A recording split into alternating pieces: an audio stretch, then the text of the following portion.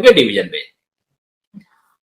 और जो ये केस था कि एक बेगुनाह को प्रोसिक्यूट किया, मैंने ऐसा एक केस लड़ा था।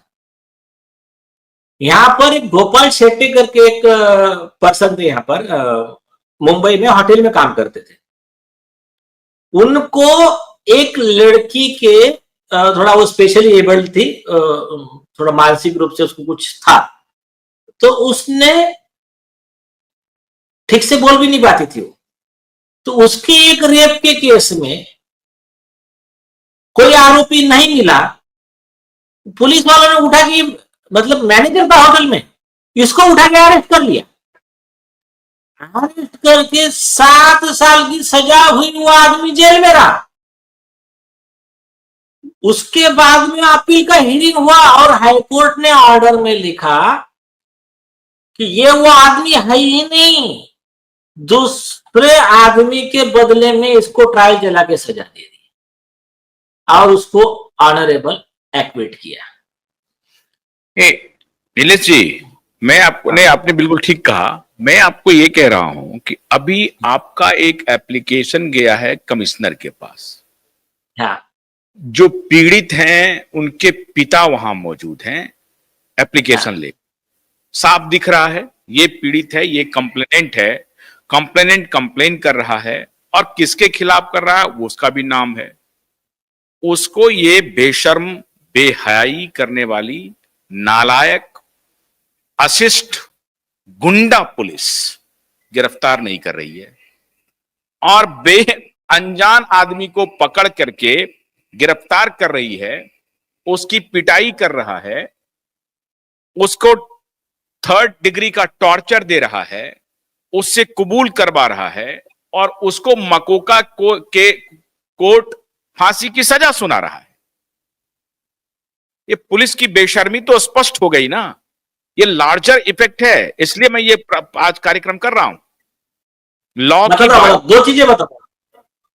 हाँ नहीं, और ये एपिसोड मतलब कई लोगों के लिए, आने वाले पीढ़ियों के लिए बहुत मार्गदर्शक बनेगा। दो चीजें बताता हूं। आप जो कह रहे हैं ना, अरे भाई पुलिस वालों की इज्जत पे अटैक हुआ, उनकी बेइज्जती हुई, अपने कर्मचारी के ऊपर एफआईआर नहीं कर रहे थे ये लोग। जब प्रभाकर सूर्यवंशी जी ने आकार DG9 पे और सुशील कुलकर्णी जी ने उनके एनालाइजर चैनल पे मामला उठाया और रशीद खान पठान साहब ने भी मामला उठाया, कंप्लेंट भेजी, उसके बाद में एफआईआर रजिस्टर होता है। पुलिस वालों के लिए भी नहीं किया। ये क्या है, कुछ सीनियर अधिकारी जो है ना, इनको क्या लगता है कि ज्यादा हम अगर बड़े लोगों से झगड़ा कर लेंगे तो हमारे ड्रग्स का बिजनेस हफ्ता सब बंद हो जाएगा। इनको बाकी चीज से पड़ी नहीं है।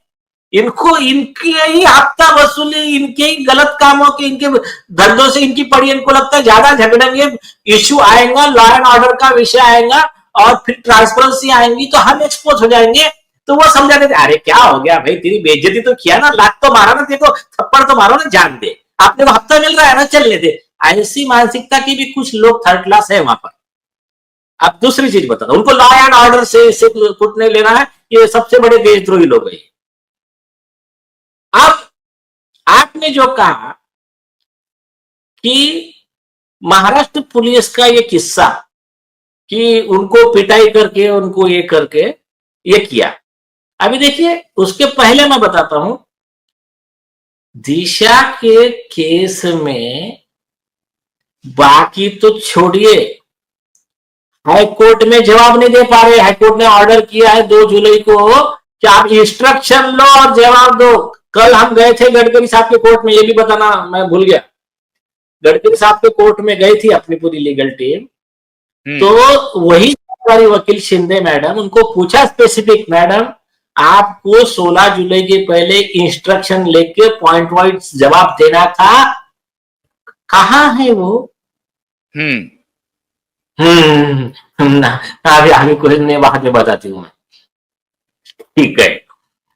फिर वहां पर जो जज साहब के जो जेसी है उनसे बात की कि सर मैटर ऑर्डर के बाद में भी बोर्ड पे नहीं आया, तो उन्होंने कहा कि अभी इतना ओवरबर्डन है, रोज के 100 मैटर बोर्ड के हटा रहे हैं बोर्ड से, इतना ओवरबर्डन है, आपका मैटर सितंबर के फर्स्ट वीक में आ सकता है रेगुलर कोर्स में, लेकिन आप उसको अगर ठीक है कि या तो मेंशन कीजिए या तो फिर आपकी लीगल प्रोसेस कीजिए, फिर उसके ऊपर कोर्ट विचार करके जल्दी का डेट देने का सोचेगा। मैंने कहा ठीक है, उसके अभी ठीक है, मैंने जो नहीं बताया था मैं आपको आज बता रहा हूं, एक नया और एक केस, तो मतलब उसमें डेवलपमेंट।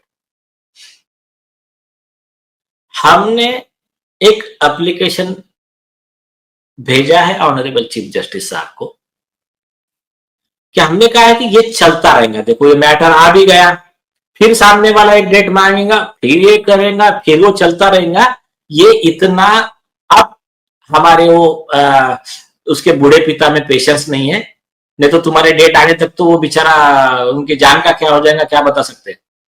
तो आप एक काम कीजिए, एक स्पेशल बेंच हमको बना के दे दीजिए, और उन्होंने हमारी ऑलरेडी ऐसी एक रिक्वेस्ट एक्सेप्ट की है, उन्होंने हमको ये वो जो जस्टिस रेवती मोहिते डेरे के खिलाफ प्रोसिक्यूशन जो है उसके लिए एक स्पेशल बेंच बना के दिया है जस्टिस घोगे साहब का।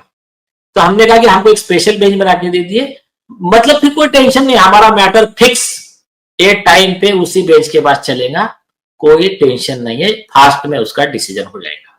तो उसमें अभी आ जाएगा ऑनरेबल चीफ जस्टिस साहब का जो भी ऑर्डर आ जाएगा और मैटर रोल आउट हो जाएगा, ऐसे हमको अपेक्षा है।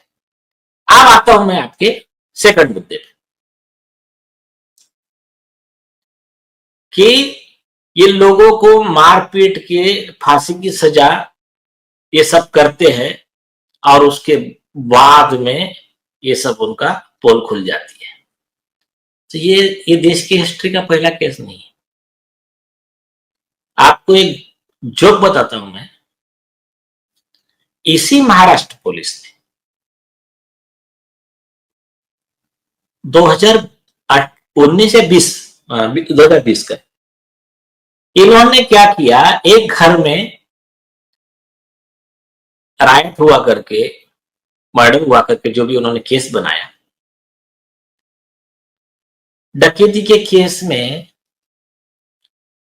जो लोग उसमें शामिल नहीं थे बस बोल दिया हमने केस सॉल्व कर लिया है, उनको अरेस्ट करके चार्जशीट किया, चार्जशीट करके नीचे के कोर्ट ने फांसी की सजा जो भी दिया, हाईकोर्ट ने कंफर्म किया। इसके आगे का शॉकिंग बताता हूं मैं, वो हाईकोर्ट के ऑर्डर को सुप्रीम कोर्ट ने कंफर्म किया